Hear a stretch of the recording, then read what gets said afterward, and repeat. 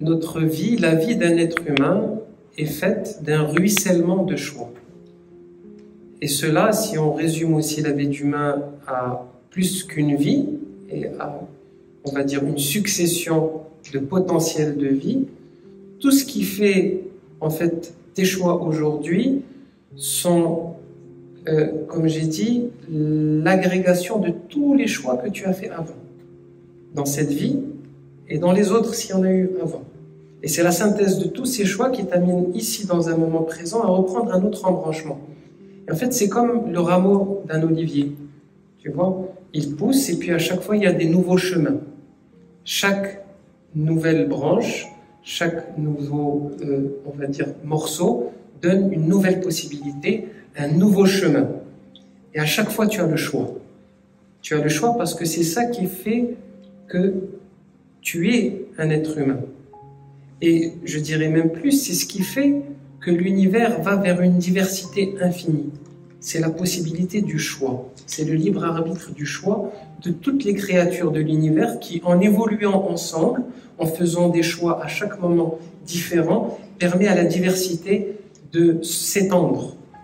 Et plus l'univers grandit, plus on voit les formes de vie se diversifier et s'étendre. Si on prend par exemple la vie sur Terre, on voit bien que sur une planète rocheuse, à partir d'un certain moment, comment la vie elle s'est développée d'une petite conscience à une conscience plus évoluée. En fait, ce sont des rameaux c'est un espèce d'arbre cosmique qui se développe, qui se développe, qui se développe, et selon en fait des directions, des choix. Et à chaque moment de ta vie, en fait, et chaque moment de la journée, chaque choix que tu fais détermine la direction vers laquelle tu pointes. Et on peut aussi à un moment faire un choix complètement différent et prendre une direction complètement opposée. On peut faire des demi-tours, on peut aller à gauche, on peut aller à droite. En fait, c'est très libre. Et ce qu'on oublie dans tout ça, c'est qu'on est complètement libre. On a une liberté totale, intrinsèque qui est à l'intérieur de nous. Dans le pire et dans le meilleur. C'est-à-dire aujourd'hui, si je veux prendre le pire, et je vais prendre quelque chose d'atroce, tu pourrais te lever et tuer tout le monde dans cette salle. Tu as le potentiel de le faire. Comme tu peux te lever et envoyer ton amour à tout le monde dans cette salle, sans bouger. Tous les potentiels sont là, en fait. Et tu as ces potentiels en permanence. Et c'est ça qui est extraordinaire, c'est que même un être qui est soi-disant damné dans, on va dire, les ténèbres les plus profonds, même lui, au fin fond de son aspect sombre et de ses ténèbres, il peut se repentir et reprendre un chemin vertueux et s'illuminer. Dans la même vie, c'est possible. Et c'est pour ça que le divin est magique et que le pardon aussi est absolu. C'est qu'à n'importe quel moment, en fait, l'opposé peut intervenir et on peut basculer complètement de l'ombre vers la lumière ou de la lumière vers l'ombre, comme beaucoup aussi de maîtres dans leur quête de sagesse, etc. Il y a beaucoup d'êtres qui étaient dotés d'une érudition et d'une sagesse inhumaine, presque, on va dire, par rapport aux êtres humains qui les entouraient, et qui sont arrivés à un moment où ils ont choisi le pouvoir de l'amour plutôt que l'amour du pouvoir. Ou l'inverse, l'amour du pouvoir au lieu du pouvoir de l'amour, et le pouvoir va les manger.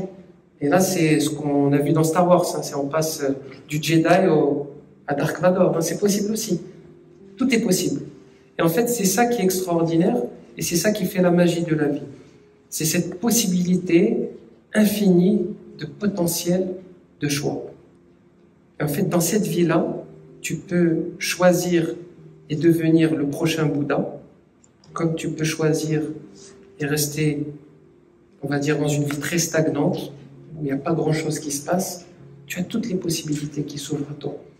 Mais on va dire que c'est ta conscience de toi-même qui t'empêche de voir ce potentiel de choix et cette potentiel de liberté que tu as à l'intérieur de toi. Si on avait conscience de cette liberté réelle qui nous habitait, et cet aspect fondamental de nous qui est vraiment intrinsèquement libre. Nous sommes des êtres libres dans notre essence. Mais effectivement, ce que l'on appelait la prison dorée dans laquelle on évolue, nous fait miroiter que non. Il y a une obligation ici, il y a une obligation là-bas. Il y a le statut familial, il y a le statut social, il y a la religion, il y a le pays, comme tu as dit, mon pays. Mon pays, pour moi, ça ne veut rien dire, mon pays. Mon pays, c'est la planète Terre. C'est pas l'Espagne, c'est pas le Maroc, c'est pas la France. Je me considère terrien. Qui a posé ces frontières? Ce sont des frontières mentales, ce ne sont pas des frontières réelles. Je regardais hier un documentaire rapide sur l'histoire du Bangladesh et du Pakistan, c'est très récent. À un moment, il y a un con qui a posé une ligne sur une carte. Et ça a créé une guerre où il y a eu 1 million de morts, alors que c'était le même pays. C'est complètement illogique. Et ça crée des animosités, des systèmes, des ressentiments, des rivalités. Mais tout ça, c'est l'œuvre, en fait, du mental qui sépare. Parce que le mental, lui, il veut séparer tout le temps. Il veut nous séparer. Donc quand on rentre dans une religion, souvent on va dire ma religion c'est la meilleure. Quand on est dans un pays, mon pays c'est le meilleur. Et les autres, ils sont pas. C'est un des rôles de l'ego. Il aime bien se conforter là où il se trouve et se dire qu'il est dans la meilleure place, alors qu'il n'a pas besoin forcément. Il est là où il est, et puis c'est tout. Et tu es là où tu dois être. Mais si tu prends vraiment conscience de cette liberté profonde qui t'habite, en fait, tu vas réaliser qu'il n'y a pas d'obstacle, il n'y a pas de limite. Les limites, elles sont illusoires, elles sont posées. Et il y a des êtres qui ont pondu des livres, qui ont révolutionné des sociétés en prison. C'est arrivé.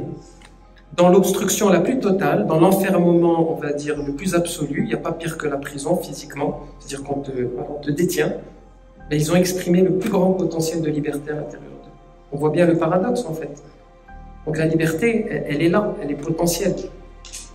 Et plus tu vas en avoir conscience, plus tu feras aussi des choix éclairés, parce que tu auras la conscience aussi de ta responsabilité.